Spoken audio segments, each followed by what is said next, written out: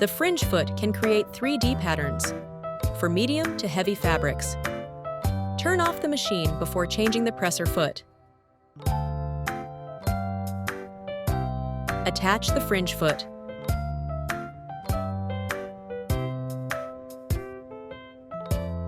Use a high-temp disappearing ink pen to draw any pattern or letters.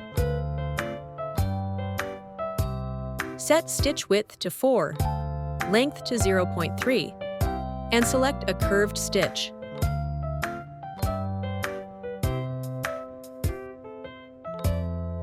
Turn the hand wheel before sewing to prevent needle and presser foot damage while sewing.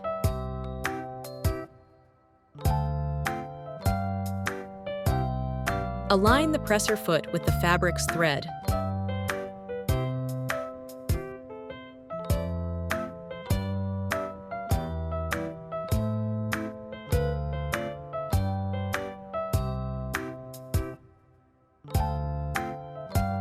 Pull the fabric out parallel to the left side.